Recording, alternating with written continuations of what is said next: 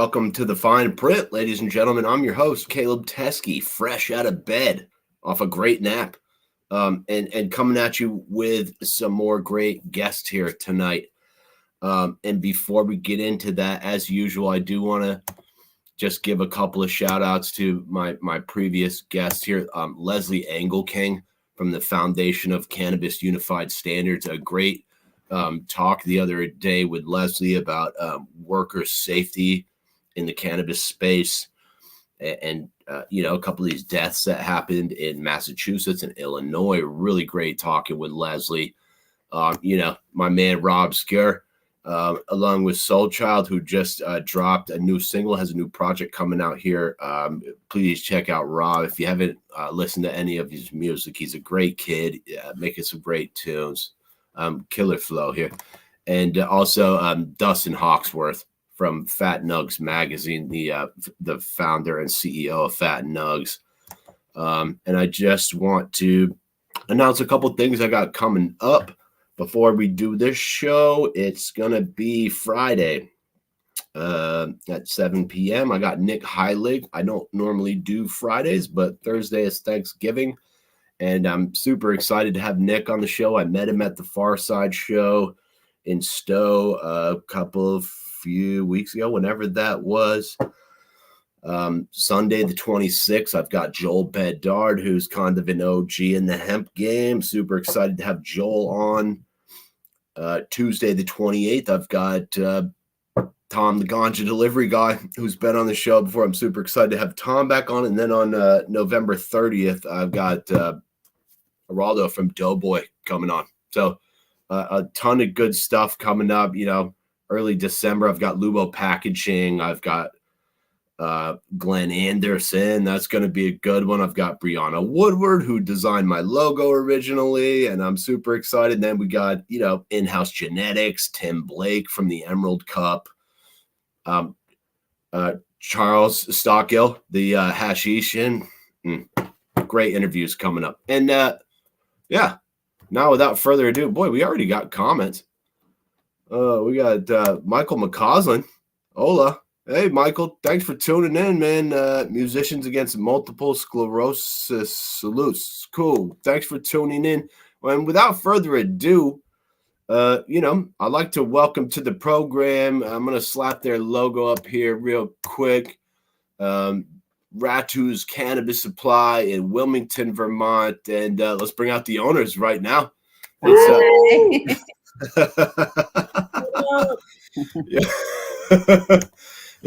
It's Christian and Jennifer Engel, correct? Yes. Yeah. Cool. And before we get into anything serious, guys, and there's two of you, so you might have to listen to each other talk for a minute, which I bet you've done before. But I was hoping before we get into anything serious, you would both share with us a 5-minute life story, please. Oh man, you want to go first? And hang on, I'm gonna put you guys over there and biggity bam. Yeah, please. Awesome. So like right from the beginning to where we are now, or? Yeah, where you grew up, where you went to school, any of that kind of shit, and then we'll get into the saucy stuff. Yeah. All right. I was born in Connecticut and moved when I was just a little baby to Vermont. My parents were from here, and they definitely wanted to raise us in Vermont. So I'm definitely consider myself a strong Vermonter. I was a big basketball player in high school and went to college for basketball and ended up playing for some teams, and then wanted to transfer out west to kind of focus more on my education, knowing I wasn't going to go to the WNBA. So, started focusing on psychology, and I have my master's now in mental health counseling. So that's kind of my background. Oh, cool. Yeah, mental health counseling. Yeah. How long have you been doing that, Jen? I've had a private practice since 2007, I think, in Vermont. Wow. Yeah, quite a few years. Uh-huh. Okay, cool. I didn't know that. Yep. As for me, born in New York, raised in Hawaii and in Fiji. Spent most of my early adulthood and everything in the islands. So yeah, I am like a real island boy. So you can go ahead and cut that out right now. Yeah, we don't edit here, so that's all staying in. Yeah. No. Yeah. So I'm what you consider like a half caste. So I'm German and Fijian, and my mother's Polynesian and my father is European. Yeah. So grew up in the islands. When I was in my late 20s, moved to Seattle, and my mother, God bless her, linked us up. Just basically, Jenny was my tour guide when I moved to Seattle. I think she had it in mind for sure. She knew what was up. Yeah. So yeah, my mother introduced us, and Jenny and I were great friends in the beginning, and yeah, and now we decided to move to Vermont at that time and raise a family. And Christian was pretty adamant, like being flown to. I mean, his passport that I looked at when he was before he's 6 months old was more countries that I'll probably ever travel to in my life. His dad worked for the airlines and stuff, so he traveled a lot, and just the poor guy spending summers in Fiji and things like that. So he was pretty adamant about raising kids around family, and that's predominantly why we made the decision to move back to Vermont. I have a big family network here, and yeah, we just Jen did make sure that prior to the decision of us moving to New England, being that, living in the islands and beautiful weather constantly, was to visit all the seasons prior to the decision. So, obviously when you first visit these, new seasons like fall and winter and stuff like this, you're like, oh, it's so beautiful. And then you move here and you're like, oh my goodness. Like, so yeah, definitely it took me it took me some time to get used to New England weather and the fact that you have to drive far for everything. But now being business owners for 10 plus years, living in Vermont for 20 plus years, I couldn't imagine a better place to raise my family and for sure. To own a business and be successful in a small town is like, I don't mean to sound corny, but we're grateful and we're very fortunate, so yeah, so, that's a little bit of our story in a nutshell. I mean, obviously there's a lot more to it, but it would take a lot more than 5 minutes, but Well, that's good. We're about 9 minutes in, and I got 2 5-minute life stories. That's pretty close. I do want to shout out to this is Tara from Fat Nugs Magazine saying hello here. I just had Dustin on, who's the CEO, and thank you for tuning in, Tara. I appreciate your support here. And my next question was going to be how you guys linked, but it sounded like maybe mom put you guys together or something, which is kind of a great story. Yeah, I mean, my mother, prior to me, making the decision to move from Hawaii to Seattle, my mother was a house manager or nanny for a wealthy neighborhood in Seattle, and Jenny, getting her master's, was basically a nanny, and they worked in the same neighborhood and same families, and I was going to make a very big move, and at the time my mom didn't have the time to show me around Seattle, so I can kind of understand, all right, I'm going to go and look for work over here or go and check over here, and then linked us up, Jenny and I, together, and we became friends. We had a lot of fun. We hung out for probably a solid 3 months, and he never made a move.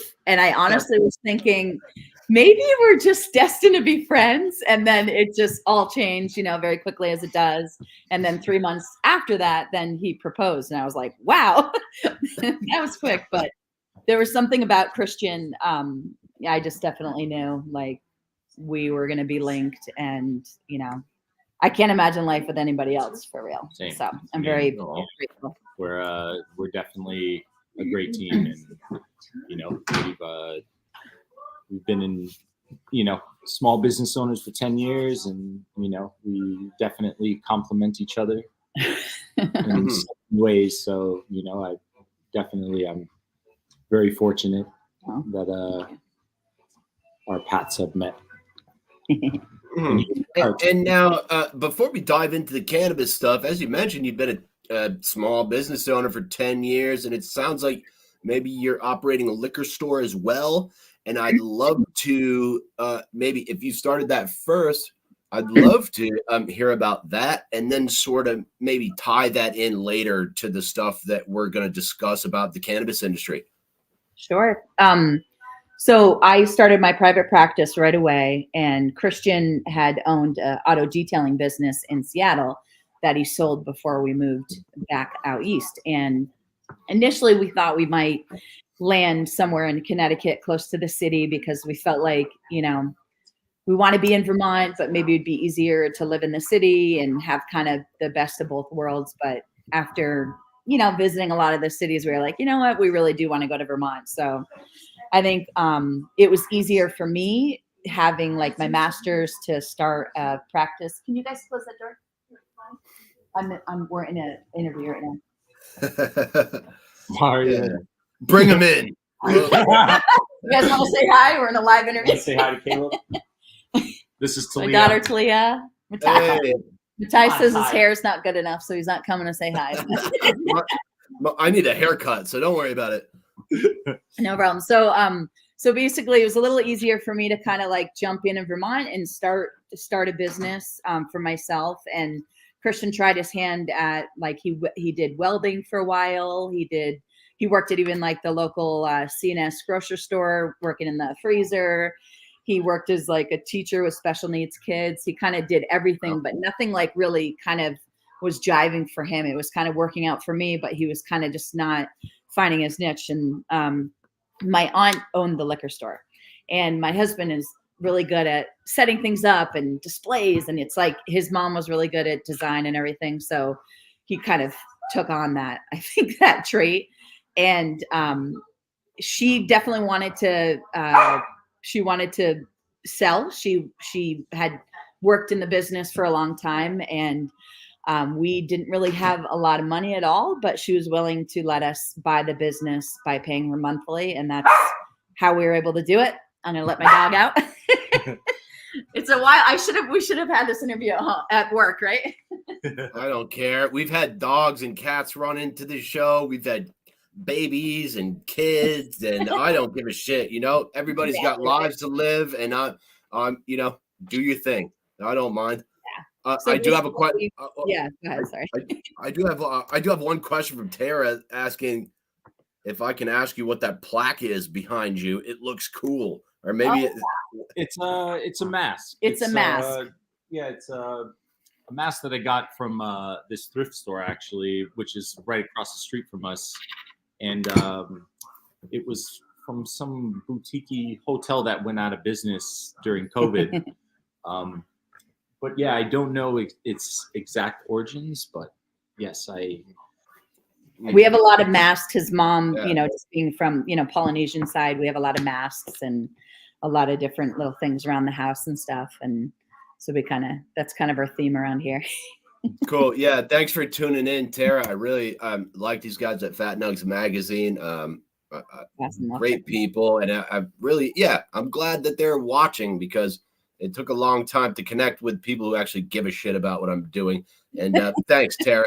Yeah. Now, so what I want to do is I want to ask you about how you got started in the cannabis industry, what made you want to open a dispensary, and maybe how you went about finding a location and selecting a building. And then I got some pictures here of the building that we're going to do after that. Yeah. Yeah. So I think, bringing it a little personal and stuff.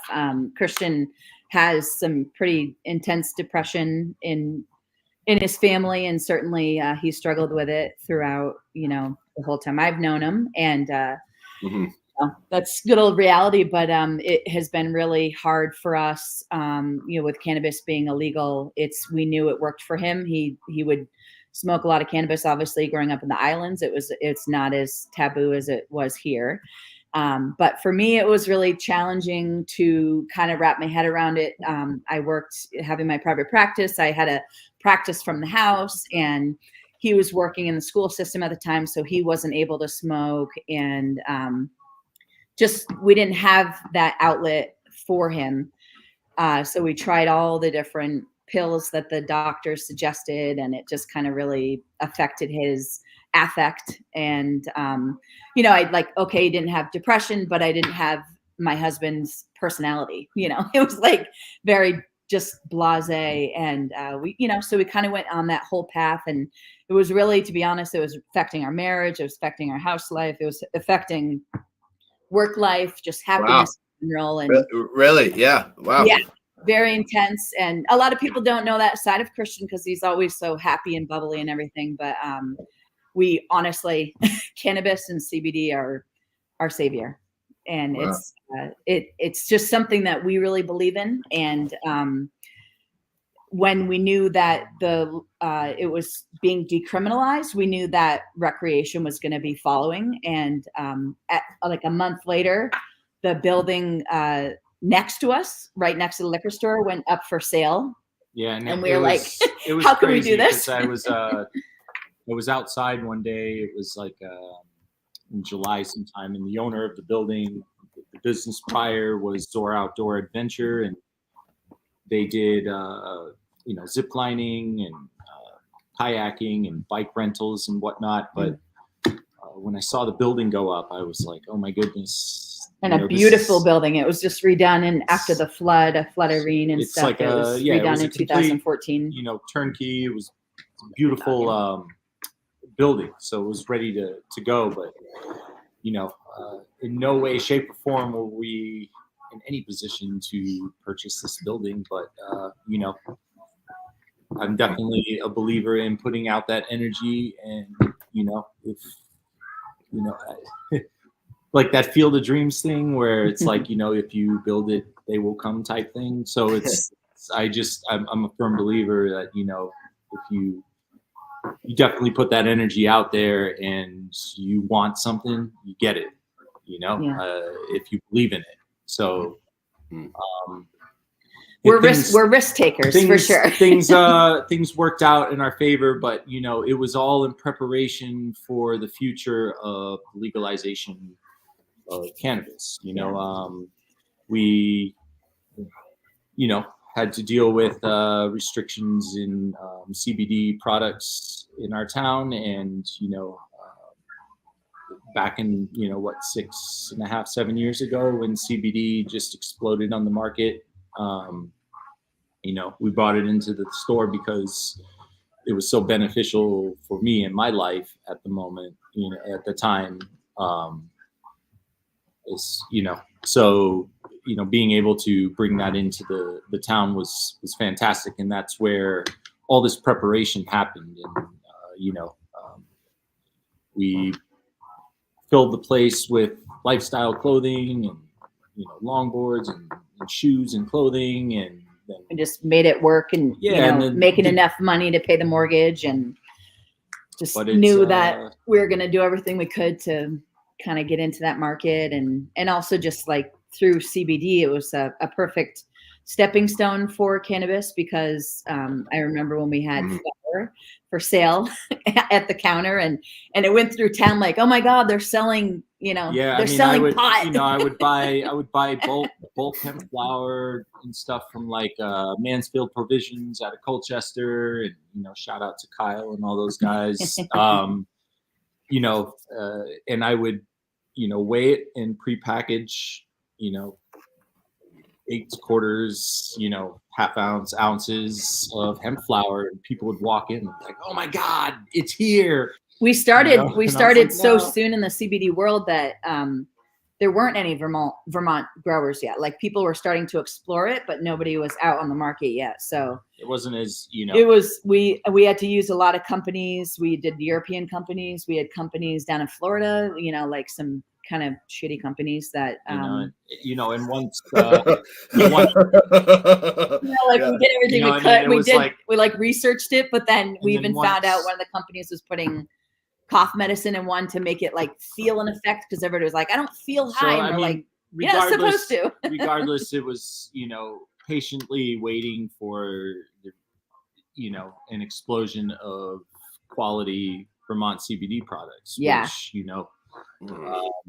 there's still many. it's and that's where one of our friends, Dave Swan from Swan Glass, linked us up with Andrew from Ropana back in the day, where you couldn't even mail CBD because it was still federally regulated, taboo, and I would meet up with these guys in like Burger King parking lot, to like get CBD products to bring back, and then like a Coke deal. Oh my God, and it was like, it's so crazy, and it's a CBD product, but and then Mansfield and Bravo Botanicals and just all these really like high quality Ropana. And it's just the amount of CBD products that we still sell now is just absolutely crazy. Awesome. And Andrew has been on the show. I really like Andrew. He seems like a super nice kid. They're awesome. They are, man. They make great products, and they're good people, and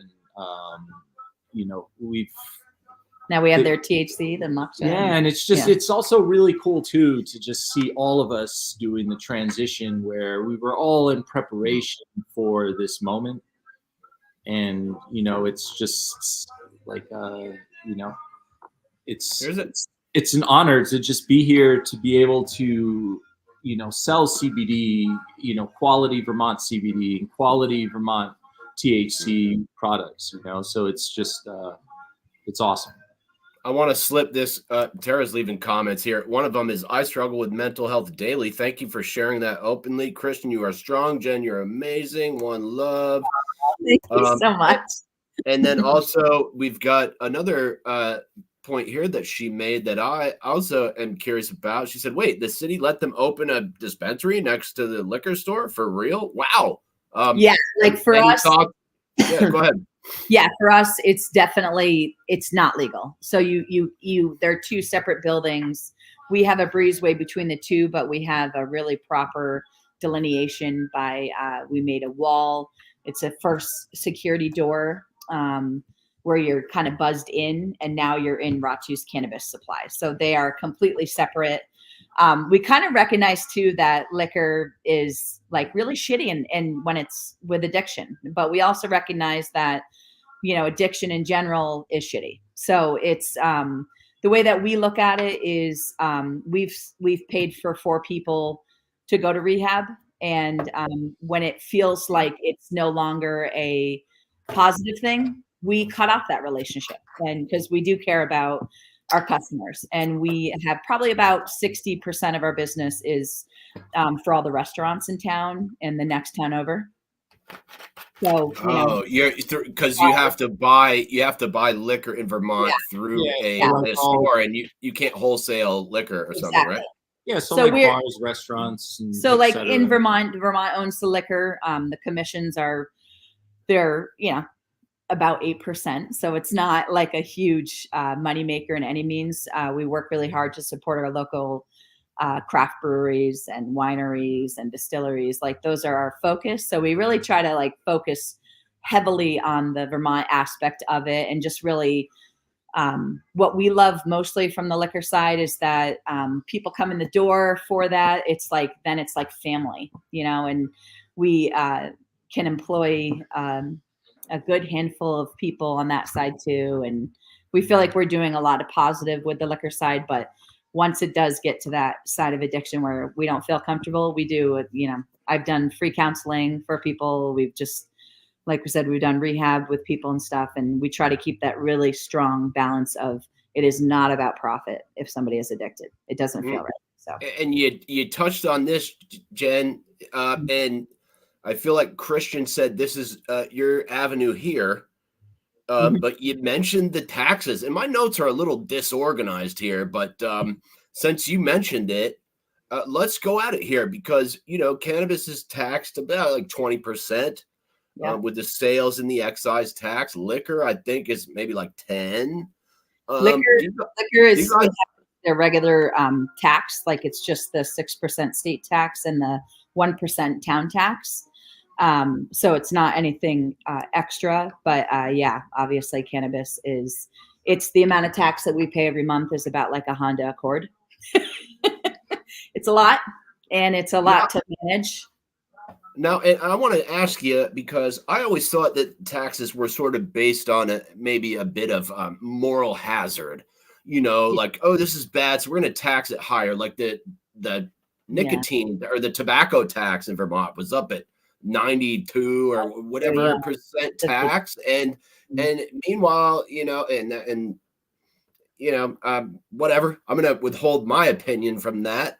But, I'll be curious to hear how you guys feel about that idea. In my opinion, I will throw a little in here. I think it should be taxed less than alcohol. I think alcohol is more of a concern. And if we're taxing things on a moral hazard basis, maybe alcohol should be taxed higher than cannabis. But I'd love to hear your thoughts on that. Yeah, I think the taxes are really high, and it adds a lot to every stick of price you see. The only benefit I feel like of the taxes is that it seems to be very organized with exactly where it's all going.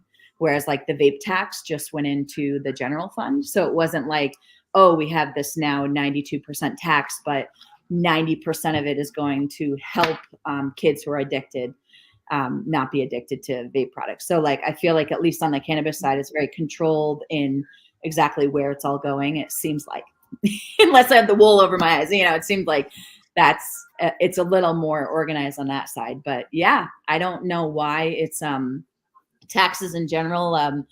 We had our taxes delayed, personal taxes and our businesses, just because everything got so crazy with starting the new business and everything. And it really was tough having to pay cannabis at the end of the year, because even in that 1 month, we were liable for $40,000 worth of tax, because the only write-offs you can have are cost of goods sold. Yeah. And do you want to talk about the 280E stuff, or? Yeah, sure. I mean, I would say that's our biggest concern as business owners, is trying to figure out how to make money. It's like for us, every time our businesses have done well, we give raises and we give bonuses. And at the end of the day, if our businesses aren't making money, we're okay with that, because we're pulling an income from it. We're employing how many people now? Like probably 20 people between our 3 businesses. We really feel awesome and fantastic about that. And I don't need to make money on top of what we're already making, because I know that what we have long-term investments with the buildings and with the businesses. So like, I'm not worried about that. But what I don't like is that we had a $40,000 loss in December because we did construction on the building, and none of that was a write-off. So we literally could only write off cost of goods sold. I couldn't write off the high amounts that I give to all the employees. I couldn't write off any of that. So I couldn't write off utilities, rent, anything, gas, the purchases, the banking fees, any of that. You can't write off any of that. So we ended up having to then pay in $40,000 with $40,000 that we didn't earn. And I think a great point that Christian made on the phone that I'd like to ask you about, Christian. I believe you said that the government wants taxes for something that's federally illegal, which is something that my girlfriend has asked me about as well in terms of the background checks. They're like, why are you making people take a federal background check for something that's federally illegal? And I'd love to hear your thoughts on that, man. And before we do that, hang on, shameless slap here. Wait a minute. I'm with Christian and Jen Engel from Ratu's Cannabis Supply. Yeah, any thoughts on that, Christian? Yes, I'm not one for like political stuff and getting into all that stuff, but as far as like, fairness, I feel like with all the hoops and hurdles that the federal government makes us jump through to be where we are right now, and all the taxes and whatnot. And I get it. I'm not saying business owners for 10 years. I'm all about being an upstanding citizen, paying in all our taxes and stuff like that. But to give us such a hard time, and then wanting to do taxation on something that's federally illegal is just it's like beyond it. It's extremely frustrating. It is. It's like frustrating. What the hell? Like your FBI folks can't even come into the shop or partake in cannabis, yet we have to get an FBI background check to make sure that we're good enough people to sell it, and then get taxed on it. So it's we pay about $9,000 a month just for our employees to the federal government. So it's like, whew. Yeah, I mean, yeah, it's very frustrating for something that I cannot write off. So it's like, how can you tax something that we can then not even write off? Like that is like the most unfair thing that, I mean, it's give me a break. Obviously God, is just to get it away from that Scheduled 1 narcotic, which is, it's ridiculous. But yet we're still being taxed by the federal government for Schedule 1. They can still collect. They can still collect. But you can't do a write-off. You can't do a write-off and have a legitimate business, but they're going to call it legitimate enough so you pay taxes in, and that's it's not legitimate. It's not legitimate, but they are going to take the money. And then like we're taxed on the Social Security side for all that extra money that the business actually had to pay, like employees. So then that's what we're taxed on. So if we were liable on our first month, which we've obviously gotten busier than our first month. So if we're liable for $40,000, take 40,000 times 12. I know it's just another payment plan that it's like, whoo. That's $500,000 there. Yeah. I mean, it's the position that we're in now is privileged to be able to be still selling this product to the masses. But I just, it's nerve-wracking too. It's I mean, we're working to pay taxes. It's like, I mean, basically doing all of these businesses in the long scheme of things is to set up a legacy for my children. I mean, this is what our master thing is, so I just, hopefully a lot of these things get figured out in the long scheme of things with taxes and whatnot. I am very grateful and thankful to be here and don't regret it. There's obviously, a lot of times where we're swimming against the current, and it's, I'm definitely no Michael Phelps. So it's, it's just, I mean, we do what we got to do, and it's frustrating, but it's just, I mean, we just got to, keep making sure that, and hope it changes, just really hope it changes. I think with federal legalization, we'll see some of that change. But as you said, Christian, one of my favorite comedians, describes that as trying to kick water uphill. Yeah. Definitely. And Jen, you mentioned liability, and I wanted to tie that into the insurance piece here, because I like to ask everybody about trying to find insurance. It seemed like from what I watched from the meetings with the state that the guidance was a little vague At first they said, oh, you need $1 million of liability or whatever. And then they changed it to like a commercially viable amount of insurance. And I'm wondering sort of how you guys went about finding an insurance agent. I don't know if there's one you'd care to shout out, but I'd love to hear your thoughts on the insurance angle here. I would say insurance for all of our businesses is always a bummer because it seems like you pay all this insurance in, and even if you have something happen, you're almost never going to get covered anyway. So it's like, even we own the Horizon Inn and we're doing construction and we have to pay a $19,000 a year builder's risk policy. Now, mind you, the builder has to have insurance before he can even work there. Yet I also have insurance on the building for him to work there. So it just feels like a lot of just same, like, wow, it's a lot to handle. But on the cannabis side, and on the cannabis side, I think Cannacopia maybe is who we have for workers' comp. It is not easy because you actually find out who's really, I hate to say this alive, but like who's in bed with the federal government, because it ends up being all of these companies who can't even work with you because you're doing something that's federally illegal.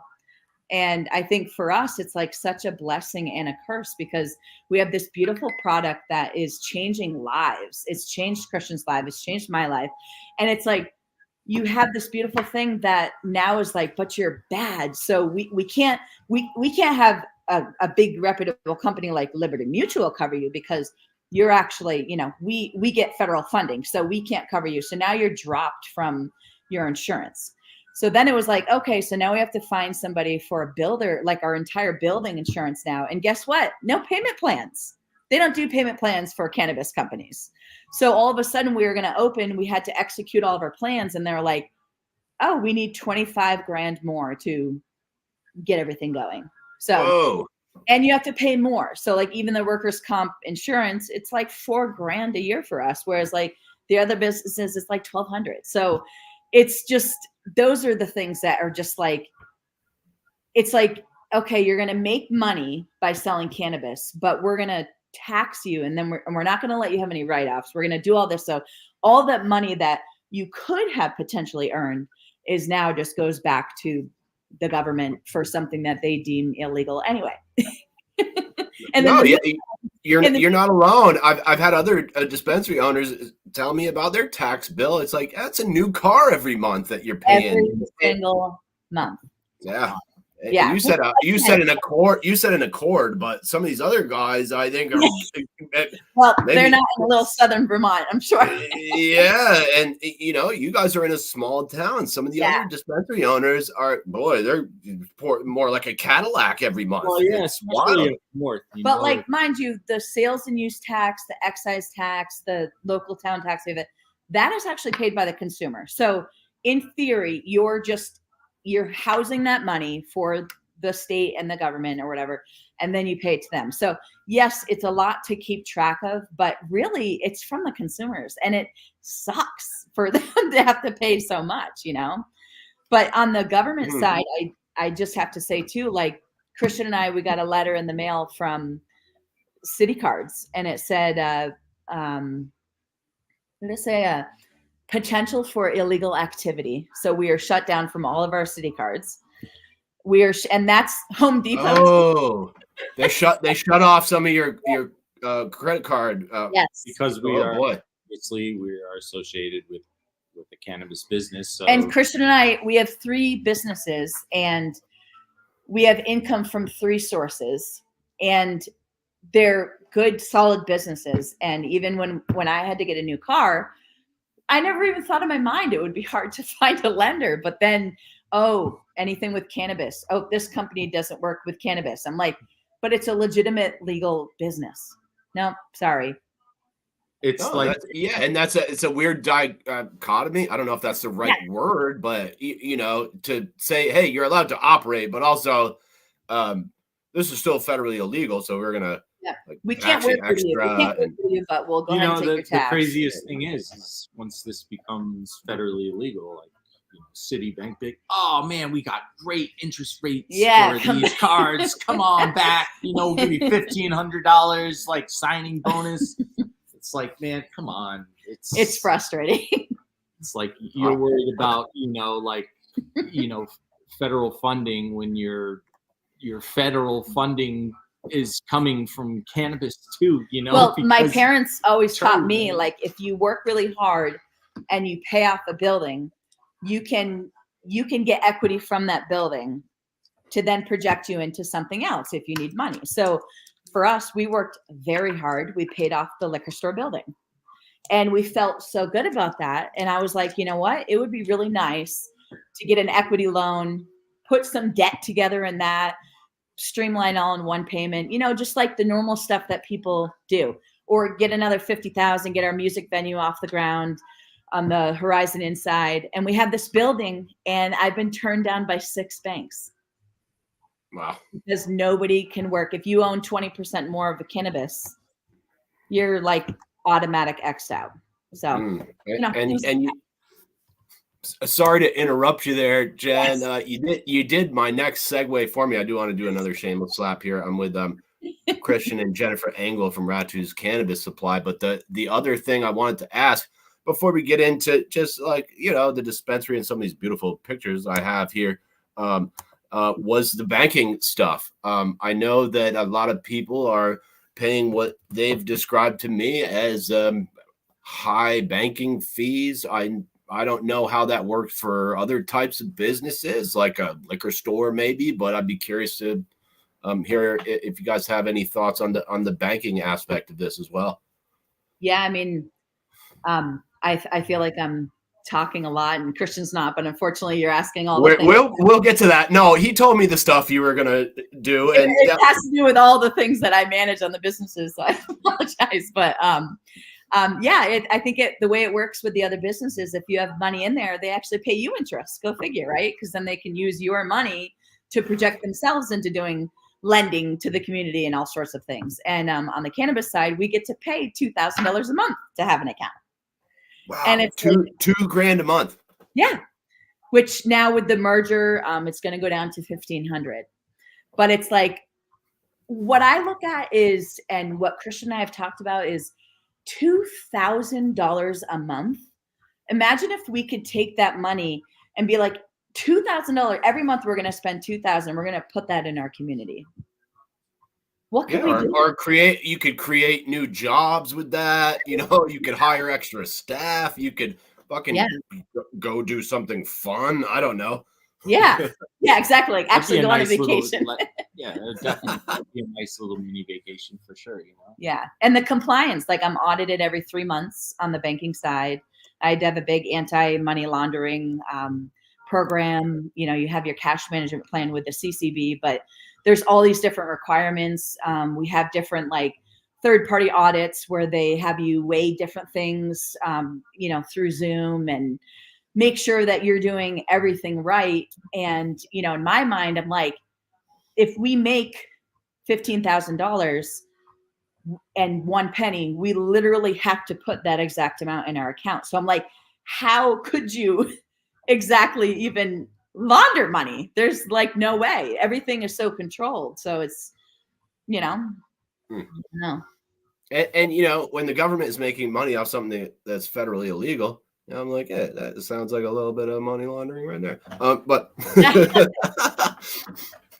legal money laundering. Right? Yeah, it's legal when they do it. I do want to ask you guys also about the application process. I'm curious how that went for you. I'm curious if you hired a lawyer to help you out or if you did that yourselves. I know a lot of guys used Vermont Cannabis Solutions. How'd that go for you? We did it all ourselves. We didn't have anybody.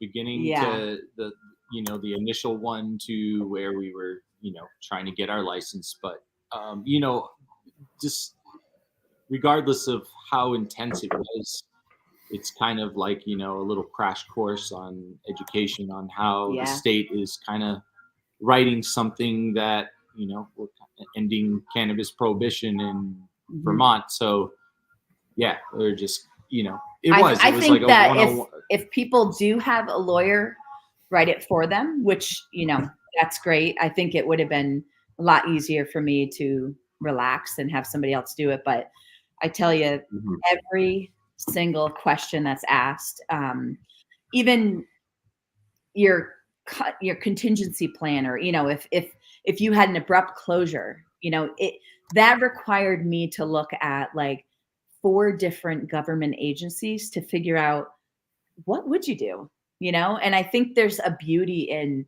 doing it yourself, even though it was so freaking stressful and it took up every ounce of my mentality. It felt like, you know, and then just different questions of like, oh, you know, what, you know, show proof that something about taxes. So I submitted like our business tax, like that we registered the business, but it was like, oh, you need a good tax standing, you know, things like that. Like, you know, so there's a little bit of that. It could be clear on the, you know, CCB side, maybe of like just exactly what they're looking for. But there wasn't framework around anything. I know in Massachusetts, there's a lot of the applications are public. So I could, you know, peruse some of theirs of like, okay, all right. So like maybe the state's looking for this. But I think there was a beauty in that of just kind of like knowing your entire business from the start to the end of like how it has to be run. It was there's like no question, like you can't break the rules. Like, you know exactly what the rules are if you're writing your own thing. It was really great too, just because, you know, when I would come back, I would be down at the shop trying to, well, kind of figure out design, what we needed. Jen would be like, well, you know, security is, you know, what are we going to do for like our vault, or, you know, you have to card twice. Yeah. And, you know. So like, you know, being down at the shop and trying to figure out a layout, but then also coming home and then Jenny giving me education on the bullet points that I need to address with contractors or the architects, as far as a security issue, or, you know, the guy, like, who was welding our security cages, like what exactly, you know, what is the CCB required, you know? So it was great. I would come home and then go back and we would apply those,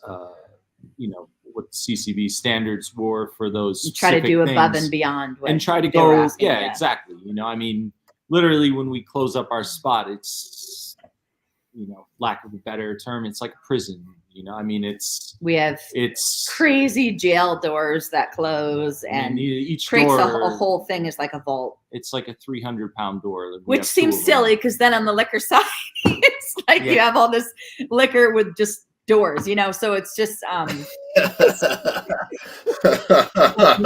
like, you know, like designing it, you know, designed it to be aesthetically pleasing when it's not being in a secured thing, you know. So when it's open, it's just raw metal. So, you know, just trying to not make it like it's like, oh my goodness, what is this? And you know, we've had people with all the different levels of delineation in our building. You know, I've had people, you know, do Shrek references, be like, man, this place is like onions. It's got layers.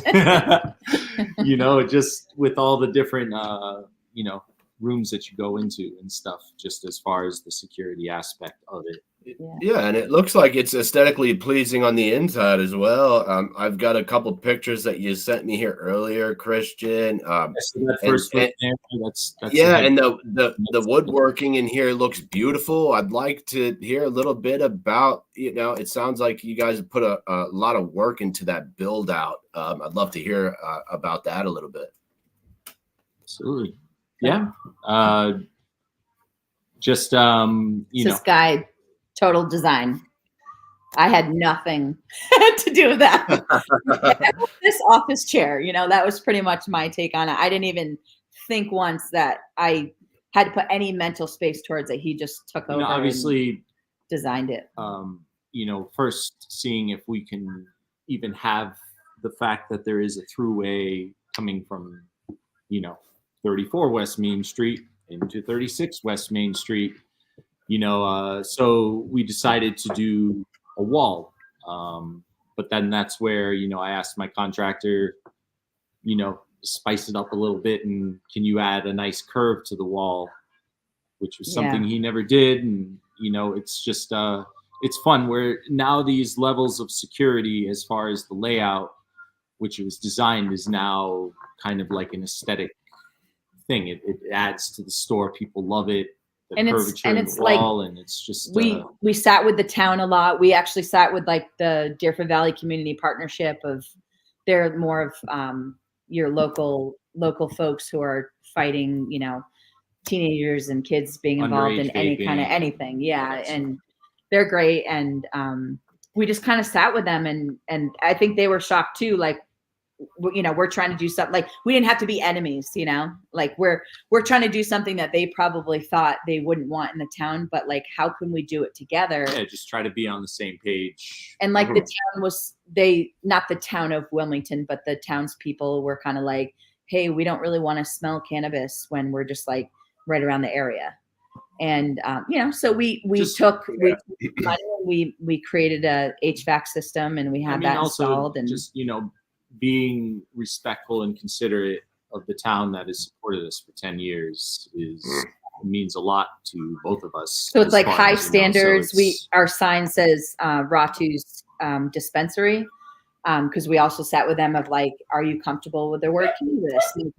We have this, we know it's taboo. We want to, just be like, no, cannabis is okay, and this is why. But we also are like, hey, we get it. Like, we're jumping into something that, is a big change, and that can be scary for people. So how can we do this together? And, it just felt really good. Like, we had to, get the town vote, which was stressful, because it's like, you got to put all this money and energy into something that might just be voted down and stuff. But we learned a lot because we listen. We don't just we're not just combative. We really like to be good team players and, give to every local organization, and just kind of just really make that, like Christian said, a legacy for our kids, but also just try to be the best people we can in our town, So you guys participated in the run up to the opt-in vote down there in Wilmington. Oh, yeah.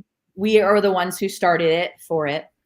And then, we, got the petition, got the word out, got the buzz about. We had little forums so people could come and talk about like what they were concerned about. We invited people just on like a more private level if they wanted to ask us, like, how would we, handle situations, and how would we stop people from just walking down the street and smoking and things like that. So, we tried to do it, and we are doing it now as respectful and careful as possible. We have extra signs outside that remind people, because you're in Washington State or California and stuff, you can just smoke wherever, but and even New York and stuff. New York. Yep. That's another one. Yep. So we just remind people, because a lot of folks who are from out of state, they don't know the rules. So we feel like it's our duty to be like, hey, by the way, we're going to staple this bag, and we don't want you to open it until you get to your own residence. Educating people is important. Yeah. You're selling them, but it's just, having signs that, basically say, consuming any cannabis products out in public spaces is illegal in the state of Vermont. And in your car, it's a DUI. So it's like people ask, well, what does that mean? And I'm like, they're like, well, what about when I'm walking in the forest? And I'm like, technically, if a game warden wanted to, because they follow federal regulation and not state, they could totally arrest you or give you bullshit for it. But then we just talk to people about the responsibility of it. Like, are you going to leave your joint package around? I get it. You're on vacation, you're in Vermont, beautiful scenery and whatnot. It's just not really worth your time, to get basically a traffic violation and then have to come back to the state to go to court for, something like that. So I just tell folks, keep it in the confines of your own space. You go out into the wilderness with it, so be it. But walking around in general spaces, like around town, like you would smoking a cigarette, Vermont's just not there yet. And I think if Vermont does come to that stage where you can smoke out in public, I think they're going to leave it up to the towns. So you know, towns may be like, nope, we don't want that. And some towns be like, yep, but designated to over here. Yeah. And how do you talk to your kids about this? This is something I like to ask all the parents out there, especially people who own cannabis companies. Yeah. You know, this is an important topic. You talked about education. I don't know how old your kids are, but our son Matai is 13 and a half, and our daughter is 15. So getting to that age where this might be a conversation, you know, peer pressure, all that stuff is coming into play. Well, why don't Talia? Do you want to say something? Oh boy, yeah. Come on over. What do we awesome. tell you? What do we tell you about cannabis? That like I shouldn't be doing it until like I'm the right age. And why? What does it do? Because my brain isn't developed. And it's just, so you know, obviously easier said than done, but we're very adamant about it. Like we stress it more of like, hey, listen, this is the time in your life right now as a teenager where your brain is firing and creating neurons like it never did that except when you were a baby. So right now, if you can sustain from it as far and long as possible, I mean, really it's 25. I honestly don't like assume the kids are going to wait that long. I didn't, Christian obviously didn't, but you know, it affects a lot of things. It affects your emotions. It affects the way you're handling things. But we tell them if you can wait as long as you can, there's no rush. It is like your brain for life. Yeah. It's just, you know, so let it develop. It's just like, you know, there's no rush to do anything, any substance from, you know. And we tell them we'll happily smoke with you when you're older. You know, like, it's just we look forward to that. We look forward. And you guys also have the liquor store, so I assume that is also a conversation as well. You know, it's for sure. It's just being open with your kids and explaining the effects that, you know, could be detrimental to, you know, brain development and whatnot, and just kind of stressing that, you know, there's focus on your education and, you know, stuff like that. There's plenty of time. There's so much time to go and do things, you know, into when you're an adult to go and enjoy, you know. And I think when you change it from that, it's not something that's bad. It's just really something that isn't good for your brain right now. It's not that cannabis is bad, because I smoke it. The kids know I smoke it. They certainly know that Christian smokes it for his health too. So it's definitely not that we stress, oh, cannabis is bad, don't do it. The same way we would like alcohol, it's bad, don't do it. It's also, you know, educating them real on, life stuff. You know, the effects of doing it in early stages, but also, you know, when you become of age and you decide to partake in cannabis, the benefits of what, you know, cannabis. I mean, we share with them tons of, you know, literature and videos on the effects of, you know, and benefits of CBD with epilepsy. Yeah. And you know, watching videos and educating ourselves on it as a topic. Yeah. Just like, you know, learning how to plant fruits and vegetables, you know, I mean, and, you know, also educating our kids on, you know, the food that we eat. It's the same thing, you know. I mean, cannabis is used in many forms, but yes, I believe that education is key to. Imagine that, being honest and educating your kids. I think it is. I think it really is. It comes down to that honesty piece of just not that it's bad. It's really good. It's wonderful. It's just not right now, you know. Mm-hmm. Word up. And another shameless slap here. Christian and Jennifer Engel from Ratu's Cannabis Supply. Getting sorted towards the end of the list. Then we're going to shamelessly plug maybe some of the folks you got in-house there. It's some of the people that are providing you with products. Boy, do I have anything? Yeah. Okay. Oh, and also it was just license renewal time, right? I'm curious how that went for you guys. That was good. It was definitely, probably took me like a solid, probably 20 hours to just kind of like, you have to relook at everything that you know, before it was your essentially like how you were going, like you were proving how you were going to run your business. And then you're almost a year in. So it's like, okay, do those rules still apply? I think for us, we had 3 more positions established within it, but realized that, we really don't have the money. It doesn't produce the money necessary to be able to do 3 separate positions for that. But we can increase the pay for everybody, and then we all take some of that workload. So it's like, I think it was nice to kind of go through each section and be like, oh yeah, we are doing it this way, or nope, here's an update to like how we are running it now. So it's like good there. And then on the environmental piece, it was really just kind of honing in on what are we doing? What's our 5-year plan? Like, are we, we created like a really awesome recycling program for all the jars, because we do bulk flour. So it's like, we have so many returns, and we bought a couple dishwashers and, just created something that we are like, wow, like we're actually seeing something. Like when you have to really think ahead about what you're going to do, even though it's for the renewal too, you then really have to preach or practice what you preach, I guess, essentially. So it was nice in that way too. And we're not renewed yet. Like it's all in there. We're waiting, but we feel confident that we'll do just fine because we're. Yeah. I feel Okay. like, So you submitted for the renewal, but you're still waiting on the approval for the renewal. Yeah, we submitted. We got a couple things back of like, oh, you have to, send in this tax paperwork. And then for me, I thought when we did the bank paperwork, I had already submitted everything to the state, but they wanted another updated letter from the bank saying we have a deposit account. So I had to just upload that. So we're in the, where we've uploaded everything that they asked for from that first initial submission. And now we'll just kind of wait and see. The wait and see. That's the fun part. Yeah. Cool. So that's all like the technical. I know that's super fun stuff to discuss, but I'd like to do the most fun stuff and just ask you about some of your products, maybe some of your vendors. I believe on the phone, Christian, you told me you prefer to deal with mostly like smaller tier growers, and that's something that's been a hot topic.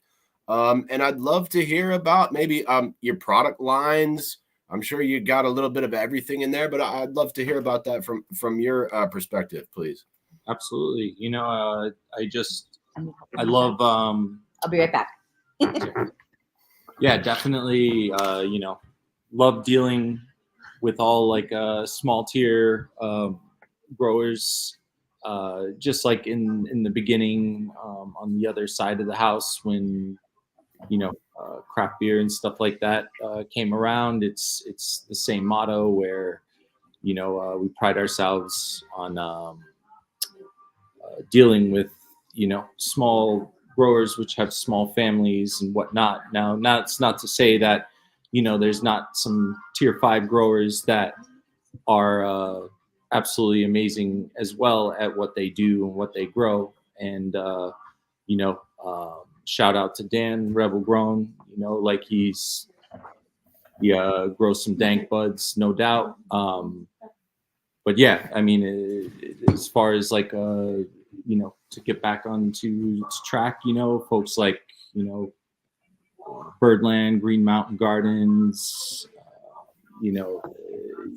Love Spun, and just to name. Oh, you got some of those stuff, Love Spun. I've been talking to them a little bit. They seem like Bougie Bones. Yeah, and it's just Love Spun. We're very fortunate to be on the network with them, to even be on their radar. Well, to honestly everybody that's in our shop, it's a privilege, and we're honored, and especially companies like Green Mountain Gardens and Encore. Shout out to Ben at Encore. They're the reasons that Nate, we even had product in the beginning. I mean, with all of a sudden all the insurance came down, and we're like, oh my God, all the money that we thought we could pay for product is now going to have to go to insurance to start these like really massive plans. So they gave us like nets and allowed us to, we believe in you. We were able to build up that relationship. It's great because now we've all grown since then, but those folks, those relationships were super fresh too. Nobody knew each other, and we all took chances on each other with trust and products, and now we've built wonderful relationships and honestly like new friends and extended family. I mean, this is just so awesome to be a part of this culture and this community, from folks like, Low Key Alchemy and just like Glocana, Harry and his wonderful wife. Just there's just so many amazing people that are creating so many amazing products that like it's Extract. Just, we love them. it feels so good to Rosie's, Northwoods. Yeah. Word. Yeah. It's like when you write a check, you feel so good about, like, you're writing a check for them. They're excited about it. You're excited about it. And it's just like such a great symbiotic relationship. And so we try to focus on the social equity and the smaller guys, and not always, we'll support the big guys too, but that it's like, that's where we try our hardest. I mean, we create that good balance. Don't carry any MSO stuff, as far as your standard run of the mill stuff. I think there's a place for everybody. I just feel like we're so small and craft, and it's the way we've run all of our businesses. It's a new thing too. It's like, let Vermonters enjoy this moment. Creating new products and selling and introducing it to native and local Vermonters. I mean,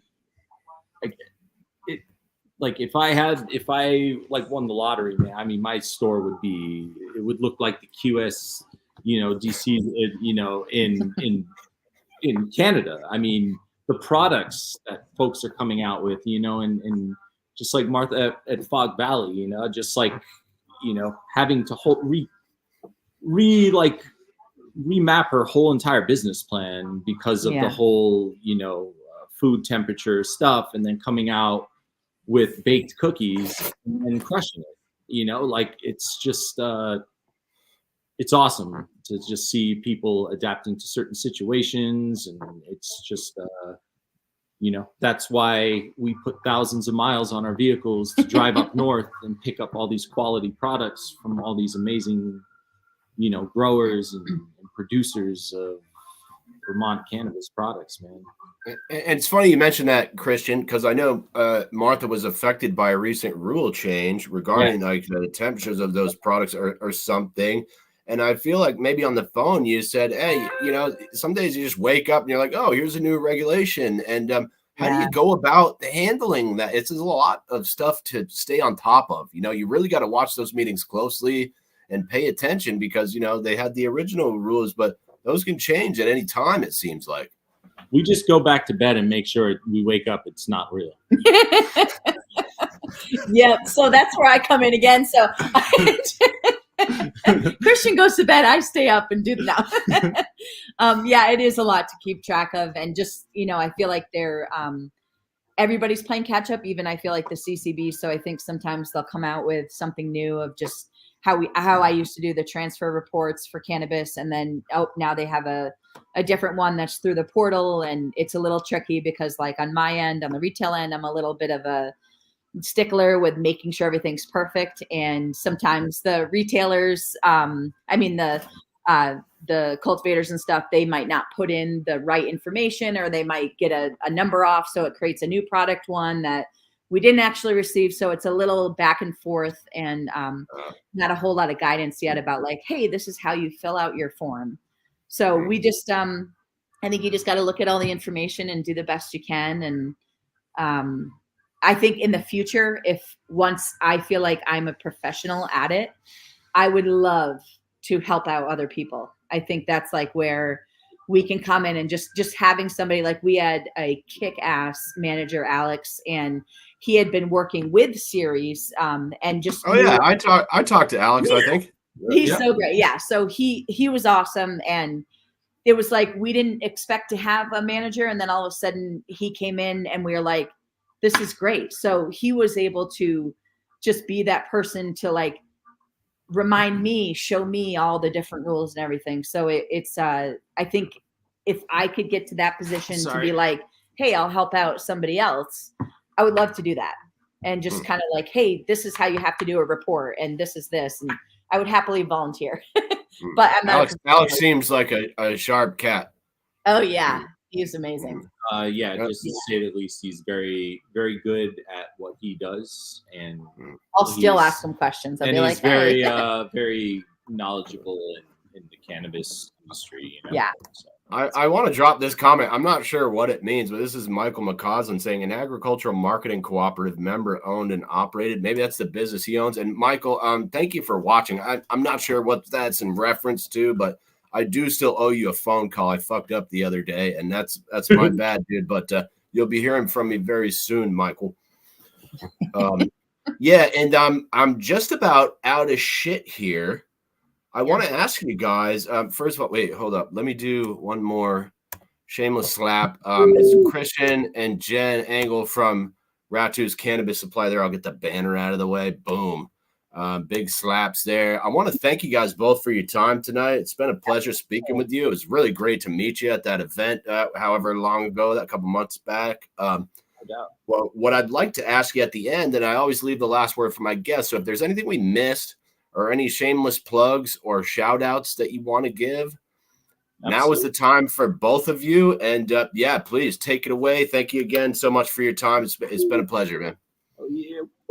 Yeah, I appreciate you just asking us for the interview too and stuff. And it's always nice to share what we have, and it's exciting, and it just excites us more to be a part of it. And as much as the taxes are scary and everything, it still is a beautiful thing to be able to sell and to have this interview and just talk about cannabis and thank you for all you're doing, because I know you're lighting fires underneath people to hopefully make some good positive change. But thank you for your support and your interests in Ratu's Cannabis. I appreciate it.